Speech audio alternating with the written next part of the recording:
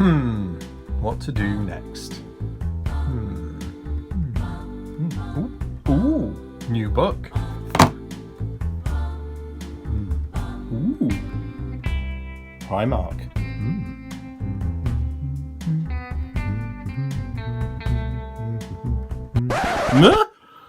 40k? What the heck? Fans of the Horus Heresy and fans of Warhammer 40,000, thank you very much for joining me for my review of The Gathering Storm Part 3, The Rise of a Primarch for Warhammer 40,000. So yes, indeed, here we have the appearance of the second Primarch into the Warhammer 40,000 universe. Of course, the first Loyalist Primarch, but the second Primarch, because we've already got Magnus the Red. This isn't normally my sort of thing, reviewing 40k stuff, as I don't do 40k, I do the Horus Heresy, okay, offshoot of 40k, but you understand. However, given the appearance of, this is what might be described as being a big deal in the Warhammer 40,000 universe to finally get a Primarch on the Loyalist side reintroduced, I thought it'd be an interesting thing to look at this book. And I also bought the book because I was intrigued to compare the Roboute Guilliman, our favourite Ultramarine, of the 41st millennium with the Roboute Guilliman, sire of the Ultramarines Legion from the 31st millennium and the Horus Heresy era, and as he is depicted in Horus Heresy Book 5 Tempest. So that's what I'm going to do. So in this review I'm going to go cover to cover, take you through the story, the plot, call out some key themes, I'll comment on the writing style, I'll give some opinions around that, we'll look at the artwork. This is going to contain loads of spoilers, so just be aware of that. I'll give you my opinions on the book, we'll do a comparison between Book 5 from a Horus Heresy Tempest and the rules for Guilliman in here, and just see, has he aged well over the last 10,000 years? So is he like a fine wine that's got better with age, or has he gone off? This is going to be a little bit tongue-in-cheek compared to a normal review. We'll be scoring this book on Ultramarine fanboy points. So Games Workshop has developed a little bit of a reputation for over-writing the Ultramarines and making them appear better than every other Space Marine chapter. And to those of us who have been with the game for a long time, and I think most people, that's not a very consistent position really, is it? Because the Ultramarines are one amongst many chapters, and every chapter has their strengths and every chapter has their flaws. So to write one chapter as being above the rest just sounds a bit rubbish really. And we will all remember the all-time worst example of this writing with references to things such as spiritual lieges. So yes, I will be scoring this book for Ultramarine fanboy points, and basically every time I come across a statement that makes the Ultramarines peerless or Roboute Guilliman above all other Primarchs, I've scored them a point. So I'll have a bit of fun with that as we go.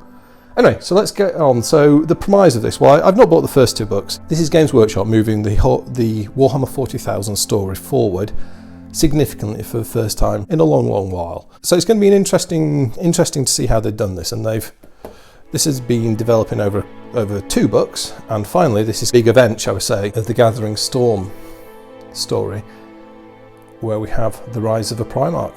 So let's get into this then. This book is 136 pages long. It's a hardback book, it's very nicely printed, everything is very well presented in it, as you would probably expect from Games Workshop books. Here we open up with the rise of a Primarch, and here we have kind of like this statuesque depiction of Roboute Guilliman. There seems to be a little bit of a Empire, well, not Empire Strikes Back, but Return of a Jedi carbonite moment for Han Solo going on here, a little bit of flesh poking through the stony exterior. Just an observation. Here we go for contents. So what do we have? So the story goes from pages 4 all the way up to 99, and then the rules go to page 36. So this is kind of like, 70%, 80% story, and the remainder is rules. So there's a very heavy focus there on the story part of this. And you get a dramatis personae of all the different characters involved in this, and that's kind of like also intimating that this is a story as opposed to more rules focused. Here we start off with a lovely picture of some Ultramarines, some very nicely built studio models, very nicely built and painted. We have Roboute Guilliman here himself, and unfortunately a few Grey Knights sneaked in there, but hey, you can't have it all. The Age of Legends, so this picks off, have the Triumvirate of the Imperium, which is Belisarius, Call, Saint Celestine, and basically Cadi's just fallen, it's all gone a bit bad. Then we have the whole Yenade bit, which was in book 2. Essentially this is kind of like a bit like the heroes are ready, have now decided to head to the Ultramar sector and MacLeod to have a chat with the Ultramarines. And Ultramar is under attack. Yes, very much definitely under attack, and that is what we are going to find here. Kind of like kicks off with aftermath of the fall of Cadia. It's a nice bit of a Space Marine xenophobia with Marshal Amalrich getting very upset about allegiances with the Eldar, so that was quite funny, that made me giggle a bit. So Belisarius, Call and the crew all decide to go to Ultramar. Hopefully this time no word bearers are going to turn up to spoil the party. So this page talks about the actual attack by Chaos on the Ultramar sector. So yeah, there's real echoes of the Shadow Crusade from the Horus Heresy here, with the Ultramar being assaulted by Chaos. So there's lots of adventuring here. I mean, if you've ever read like the classic Sword and Sorcery novel, where a group of heroes go on an adventure and hack and slash their way through lots of enemies, you know, this is very much the style of this writing. Interestingly, and in reading through this, in the Imperium, they still use imperial units of measure because they talk about miles. So yeah, I thought that was quite funny there. And then we get to the Siege of Hera, which is on MacLeod. So heroes get to MacLeod, their destination, and this is Belisarius Call wants to get in front, wants to see Roboute Guilliman's tomb, or stasis tomb, because of course it's alive, just held in stasis, having had a little bit of a run-in with Fulgrim some time ago.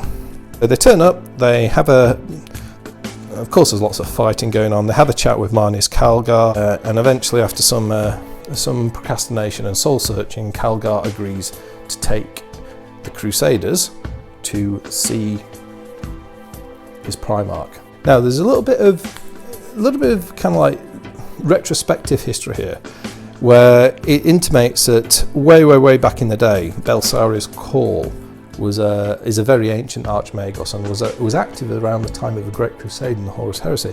And at that time, Roboute Guilliman gave him a mission to undertake, and it is that mission that Call is supposed to be fulfilling, but we don't know yet what it is. We have a nice depiction of Roboute Guilliman, and this of course is the Horus Heresy age depiction as per the Forge World model. So I guess this is in back in the day of the Great Crusade, and as we've got a Mark IV, we have Marines in Mark IV armour, Maximus armour in the background. I'm guessing this is depicting him at that time, so you know there's a little bit of a cheers Forge World from G-Dubs. We like your artwork, we'll borrow that. There's a fair bit of going back and forth and all that sort of yardie-da.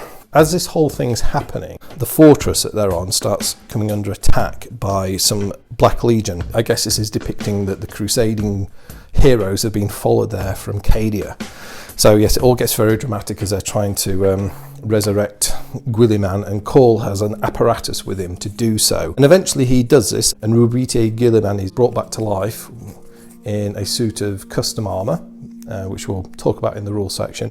And also probably a little bit of Xenos magic from the Eldar as well played a part. So yeah, and he's also, and somehow, and it's not explained or made clear how Belisarius Call did this, but he got hold of the Emperor's sword to give to Guilliman. Now that sounds to me like he snuck it from underneath the noses of the custodians, which I thought was in need of more explanation. Anyway, so onwards go. So the mighty Primarch Roboute Guilliman is reborn, the first loyalist Primarch to walk the earth since shortly after the Horus Heresy. And here we have a depiction of him freshly reawakened, so I guess, you know, probably a little bit groggy, but you know, he's a Primarch, so he gets stuck in.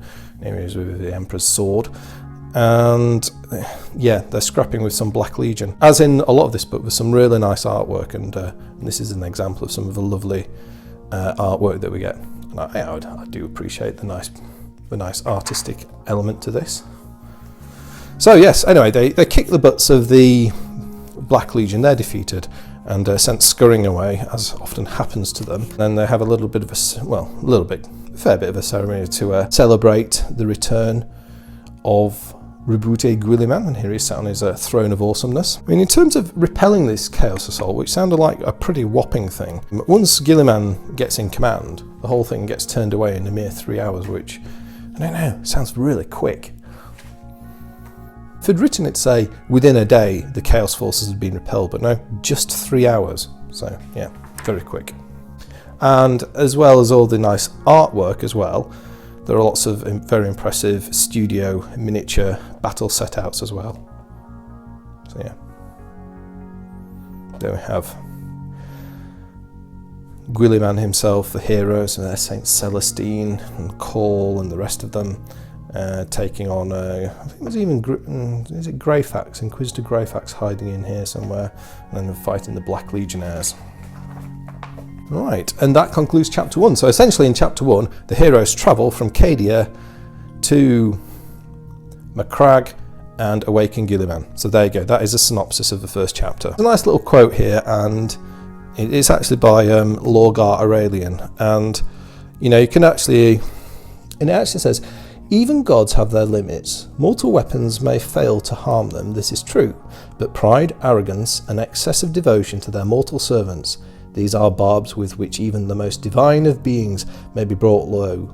And yes, Lorgar Aurelian. And I think they needed a little Lorgar Aurelian troll face here, because of course Lorgar famously caught Roboute Guilliman out with the Battle of Calth. So yeah, I thought that would have been quite a nice touch there. The awakening of the Primarch does not go unnoticed anywhere really, and the forces of chaos detect the susurrations in the warp of him being awakened. And in this section it talks about various chaos powers and their denizens, such as the Death Guard and Mortarion, and of course Magnus Red get excited, but there's no mention whatsoever of Lorgar Aurelian, the Primarch of the Wordbearers. Now either that's because 1, they forgot about him, or 2, following the highly successful Ultramarine trolling at Calth all those years ago, Lorgar just went, yeah, I've already scored my points against Guilliman, you guys can sort him out. This bit's quite a nice bit here, and those of you who know the lore will appreciate that when Guilliman last walked the earth as a conscious Primarch to the 41st millennium, a few things have happened in the Imperium, and a few things that have happened that were a bit of a shock to his system have occurred, such as a whole abandonment of the imperial truth and the rise of the imperial faith and the ecclesiarchy and the veneration of the Emperor of Mankind as a god emperor. And this is not lost on Roboute Guilliman, who kind of, well, he puts on the dutiful external face because he appreciates his significance. He does have a bit of a Ellen Ripley moment at the start of Aliens, where she's awoken from hypersleep and she says, how long was I out there? And so yeah, there's a little bit of this here. He kind of has quiet times by himself, and he dwells and reflects on the irony of what the Imperium has become. So that I really like. He kind of gets his ideas together, and he's initially reluctant. He's very reluctant to lead, reluctant about being an icon in this religious society, and doing essentially and participating in ceremonies which venerate him as almost something to worship, which he never wanted, which he knows the Emperor wouldn't have wanted, or he believes the Emperor wouldn't have wanted. He gets a visit from his old pal Fulgrim, who tries to catch him out to ceremony, but you know, he dodges that. He's a wireless own. So once he kind of like gets that out of the way and gets his head straight, he focuses on reorganising the strategic leadership of the Ultramarines and Imperial forces across the Ultramar zone. And you know, he's a Primarch and he's the only Primarch around, so he has a significant and positive effect to the battle that's going on in Ultramar. which just kind of seems to happen, and there's not a lot really explained in terms of how all these Chaos Forces got in and started attacking Ultramar. It just kind of like is presented to the reader as the battle is happening, so could have been better contextualized.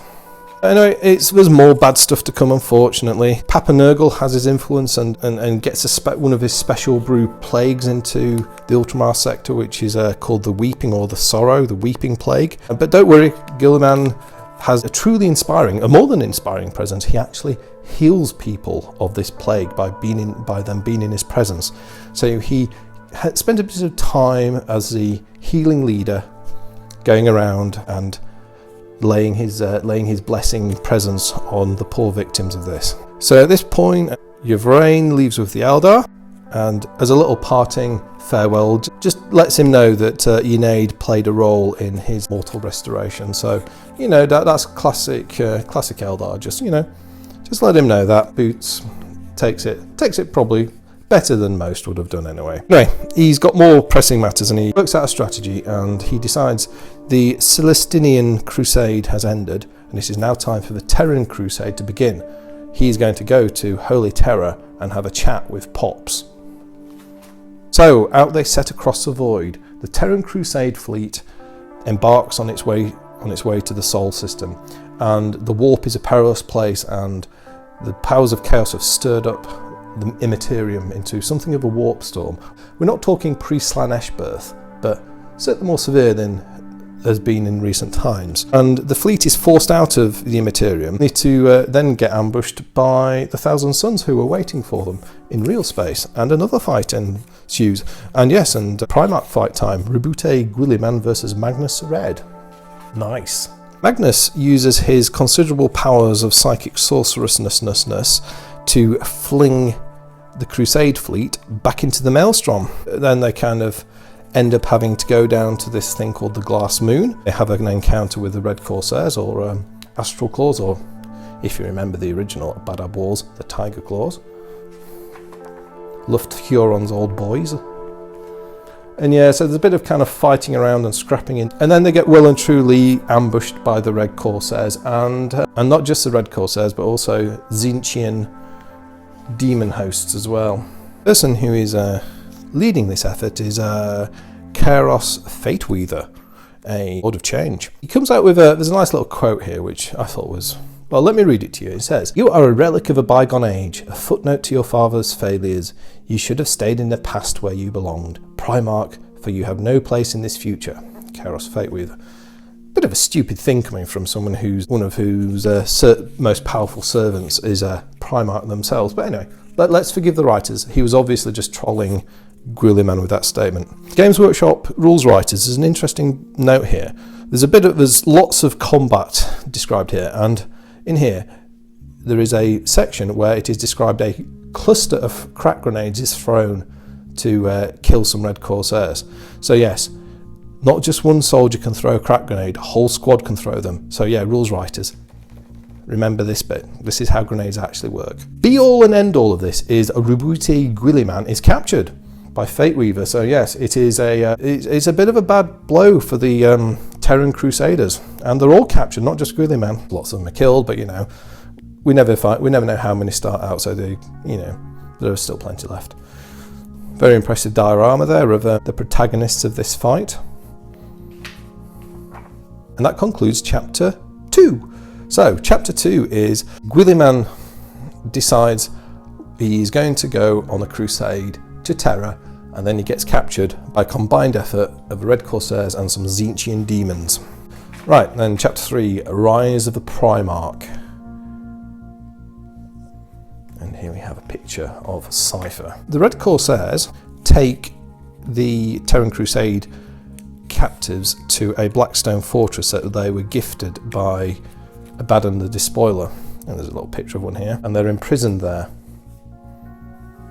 So I think basically Magnus's plan and Fateweaver's plan was, yeah, well, we'll capture the Primarch. We won't kill him. No. We won't kill him, but we'll capture him. Keep him as a little memento. Then There's another entry of some new characters, which is Cypher and a group of Harlequins, and they do what is commonly referred to as a break, a prison break, and they set them free. And Cypher somehow manages to persuade a Red Corsair Legionnaire to unlock the door to the cells, or the energy shields to the cells, before squishing his head. I don't know why he agreed to that. It's a plot device. We get a little bit about Cypher and some of the fallen angels. So it gets all a bit scrappy here. They escape from a prison. Everything's gone very terribly wrong for the fleet.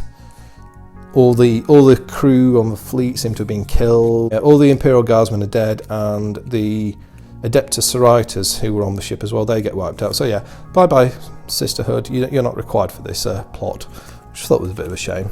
There's more fighting. And then the Legion of the Damned make an appearance. Nice picture. Nice proportions as well. I like how the artist who did this actually looks like an upright Space Marine. Quite realistically proportioned and articulated. So yeah, anyway, the Legion of Hand come on hand as, let's say, lesser demons of the Emperor and help things out. And then a bunch of Cornate crazes turn up and attack the host because, okay, Tzeentch had this pet Primark plan, but Khorne just had this have a fight plan, and they all end up fighting and scrapping. Anyway, so after some smacking and whacking, Guilliman dispatches the bloodthirster Scarbrand. Things have not gone according to plan, and basically there's no fleet left to get the surviving Crusaders to Terra.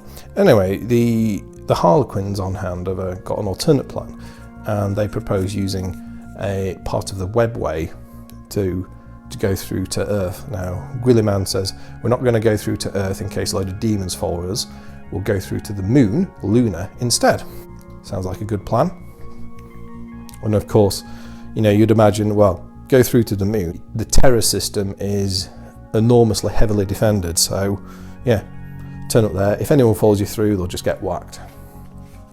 And they do, and they come through to the moon, and it says amidst a sea of storms. They've actually, they did read a little bit about the moon because they know that they are near the Mare Tempestus, which is a real feature of the moon. Authors, or author, however many people wrote this, also note that people who have sealed suits and helmets and whatnot put it on because, of course, the moon has essentially no atmosphere, so there's nothing to breathe. It's almost like a vacuum. It's a very thin atmosphere, but nothing that could sustain life. They kind of burst out onto the moon. I'm going to be a bit picky with their science here because I then talk about dust float getting blown up into big clouds on the moon by the various troops and the tanks. Now, dust on the moon doesn't blow up into clouds. It blows up and then it settles straight away. Yeah, there's no atmosphere for it to float in. So Games Workshop writers, if you're going to put some science into this, at least try get it right. Plenty of accounts from the astronauts who went to the moon about how dust blows up and then it settles down straight away. The reason why you get clouds of dust on the Earth is because there is a very, very thick atmosphere for it to suspend in.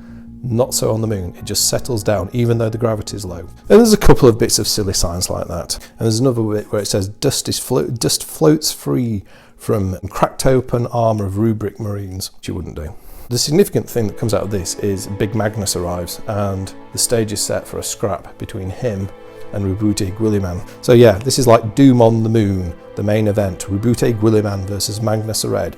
Tickets available today.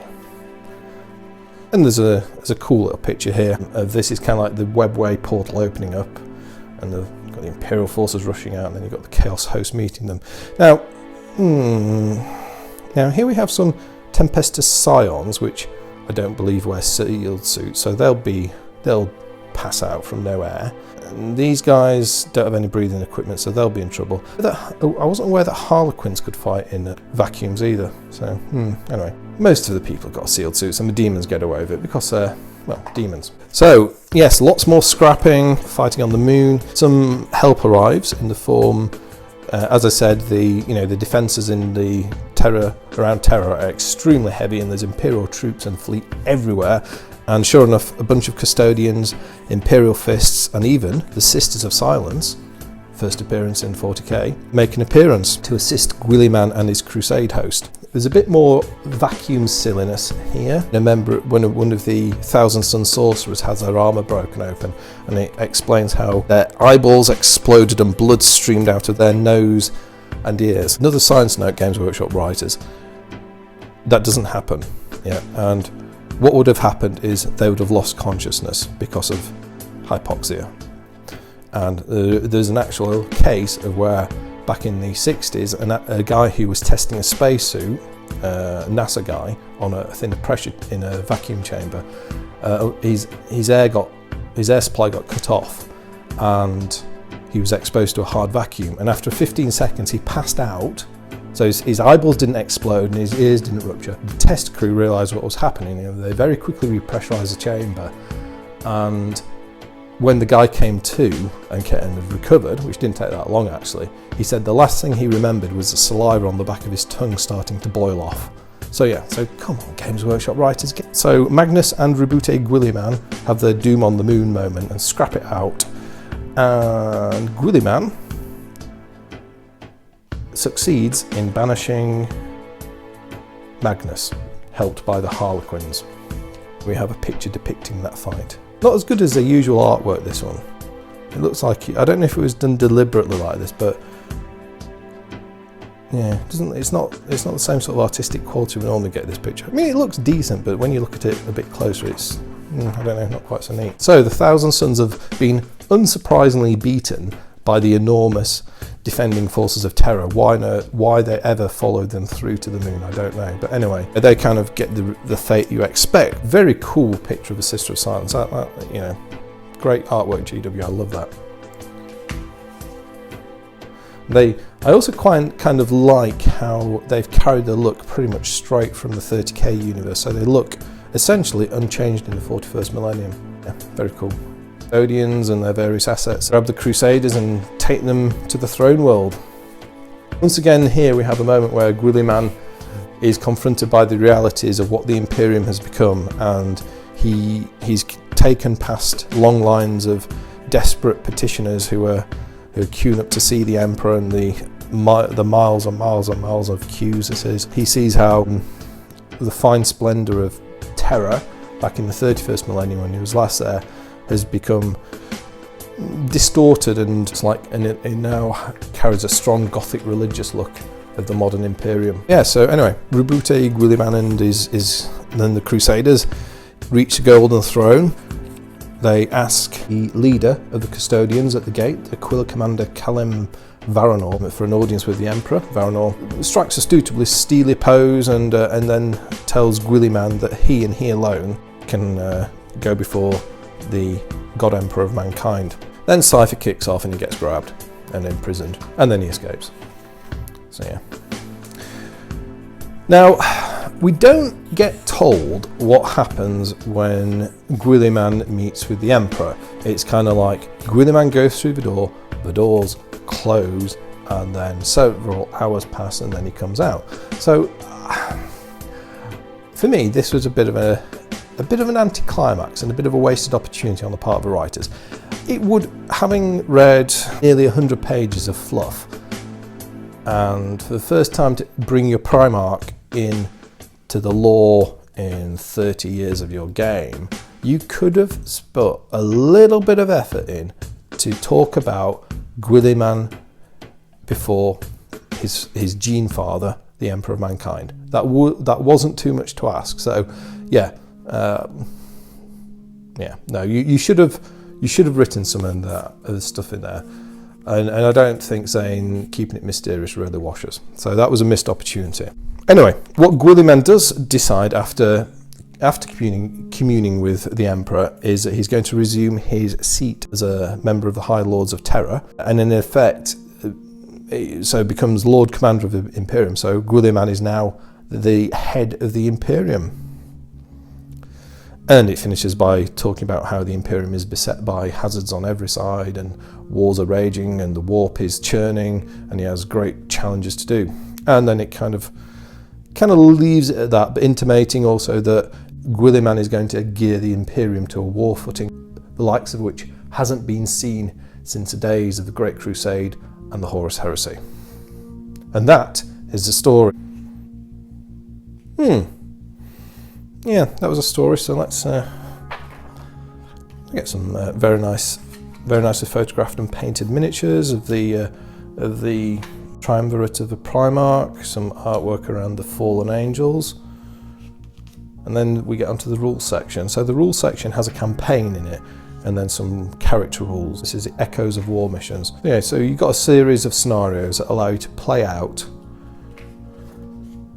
the story that has been described in this book.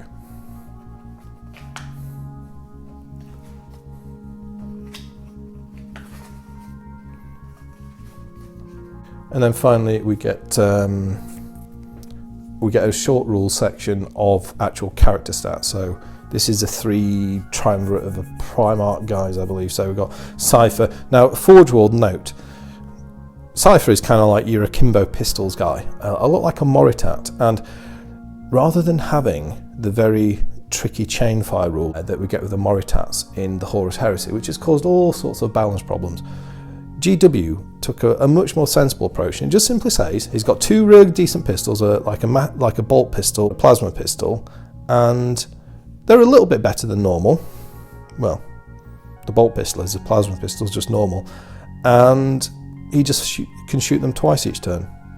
There you go. Why not do that, something like that for Moritats, as opposed to having the chain fire rule, which is difficult to balance. You get the Fallen and the Fallen champions with the Dark Angels. Interesting, those guys. So yeah, I wonder how they get along with the Alpha Legion. That's an interesting thought, isn't it? The Fallen and the Alpha Legion, do they work together or not? Grandmaster Voldus and his elite Honor Guard, the Bulwark of Purity for the Grey Knights.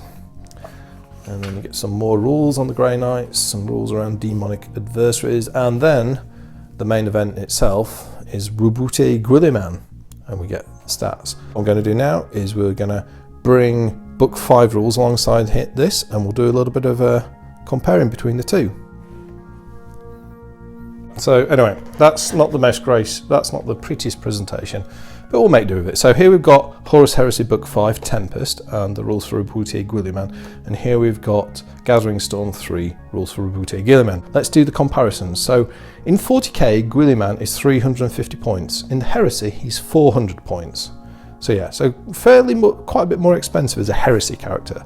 Stats-wise, I'll call out the stats where they are different. 40k Guilliman has a ballistic skill of 9, whereas 30k is only 7. So on his base stats, he hits more accurately in melee.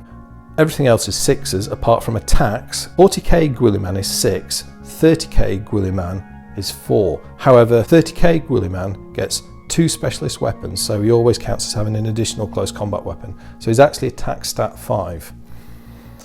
He's got an armor save of 2 plus this guy has. He is an infantry character. 40k Guilliman is a monstrous creature.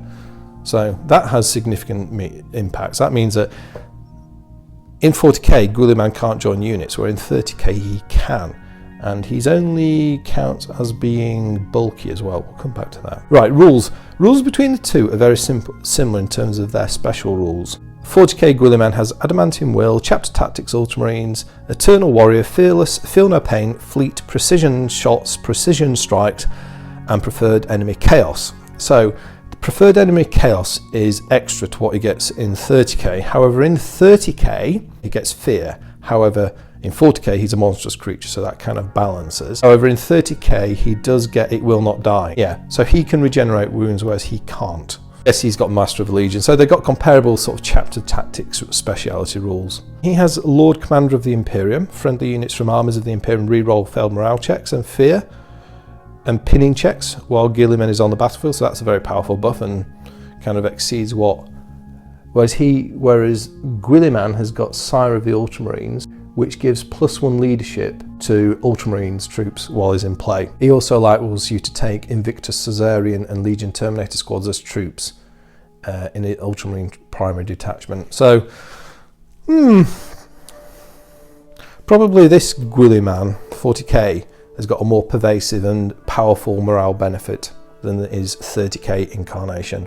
Both variants have Unyielding Will, which means his leadership is not subject to any negative modifiers, and he can re-roll a failed Deny the Witch test, and that's been lifted straight out of the 30k rules, that has. However, in 40k he gets a Warlord trait of Absolute Mastery, and that means he has all the command traits from a Warhammer 40,000 rulebook. So that's actually quite powerful and exceeds 30k version. Right, War Gear in the 41st millennium has the Emperor's Sword, which is melee, armor bane, strength 10, AP 1, melee, armor bane, concussion, soul blaze, touch of the Emperor, and whirling flame. So touch of the Emperor is a key one. If you are rolling to hit with an attack and you get a 6, that hit becomes strength D. So pretty potent. And clearly worded rules on that. Note Forge World person who wrote the rules on the Achilles Dread Spear. And he also has an option of making what's called whirling attack, where he can make a sort of series, he can strike a series of blows if he's been surrounded by enemies. So yeah, quite useful that. 30k Guilliman gets equivalent weapons. He has the Gladius Incandor, which is strength +1 AP2, so that's strength 7 AP2. That gets melee shred, murderous strike, and specialist weapon. And the Hand of Dominion is his power fist, and that's strength 10 AP1, melee, concussion, unwieldy, and specialist weapon. 30k variant is a bit more flexible because he has two distinct weapon options. However, 40k one probably hits harder, hits more frequently, and hits harder on average, and I guess obviously, yeah, and he's great against tanks because he's got armor bane, whereas he doesn't. Guns, so Hand of Dominion in 40k, range 24, strength 6, AP2. In 30k, it's only range 18, strength 6, AP3, assault 2, and rending. So the 40k version of his weapon has been cranked up. Better AP, more shots, more range, which, I don't know, doesn't feel quite right. Why would he have a superior weapon in the 41st millennium to what he had in the 31st millennium? Yeah, I think they're over. Anyway, it's different, but it feels like it should have probably just been the same. Protection. In 40k, Guilliman gets the Armour of Fate, whereas in 30k he has a more appropriately named for his time, Armour of Reason. Armour of Fate's, it's a 2+ armour save and a 3+ invulnerable save. If he gets reduced to his last wound, replace him with a marker. Yeah, at the start of your next turn, you roll a dice. On a 4+, Guilliman gets back up with D3 wounds. So pretty potent that. And that means he could keep coming back and back. If you fail that 4+ roll, he's gone though. For 30k, the armour is Guilliman a 2+ armor save and a 4+ invulnerable save.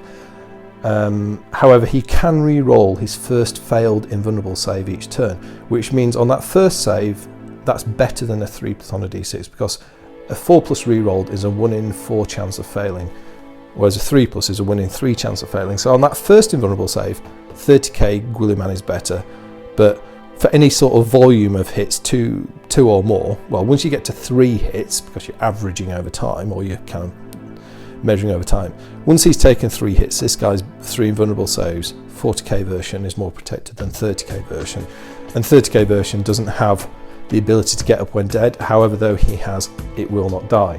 Now, 30k version has some other capabilities, all preternatural strategy rules, which allow him to, which forces opponents to re-roll successful seize initiative rolls. He can bestow benefits to troops as well. And then also I suppose like the thing that can make him better in melee than his 40k counterpart is what's called, if he's fighting a challenge, he gets +1 to his weapon skill for each turn he fights, and that stacks up all the way up to 10. So Guilliman is an excellent duelist against other very tough opponents in 30k. 40k Guilliman starts out very high, but he can't get quite as high overall. So interesting differences there. I mean, man in 30k is actually one of the toughest melee Primarks if you pit him against all the other Primarks. Be interested to see how this guy compared. Interesting that. So yeah, they both got. So how do they compare then? I mean, this guy is probably more. This guy's a bit more of a combat master than this guy.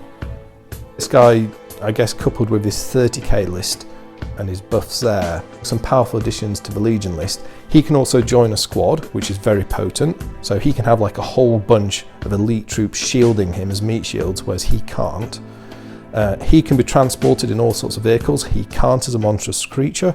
An interesting playoff though, and points values, well, yeah, you pay quite a lot. You pay a lot more than this one, but slightly different balances, aren't they? And I think to answer my original question, has he aged well? Well, yeah, I think he, in 40k, Roboute Guilliman gets a fine wine assessment because he has aged well indeed. So rules comparisons. So now we will move to some summing up comments. Okay, so there you have it. The Gathering Storm Book 3. What do I think of this book? What do I think? Well, let me go, Ultramarine fanboy score first. Let's do that. So I came across, there were 8 instances in this book where the writers had described Ultramarines or Roboute Guilliman in superlative, they are better than other Space Marines terms. So 8 points, I suppose it could have been worse, and there was nothing as bad as Spiritual Liege, so yeah, not bad, not bad. Seriously though, what do I think of this book?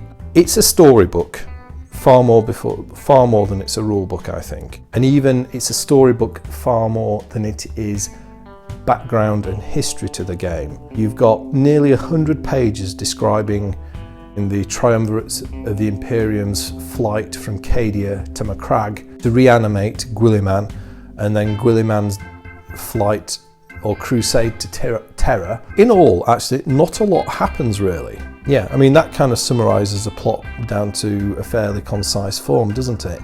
I mean, there's lots of battles discussed and there's loads of well-known characters from the lore that get involved on both sides, but yeah, it was, I don't know, if I was to say, was it heavy on content? Well, no, it's heavy on story. And in terms of the actual story itself, well, did I like it?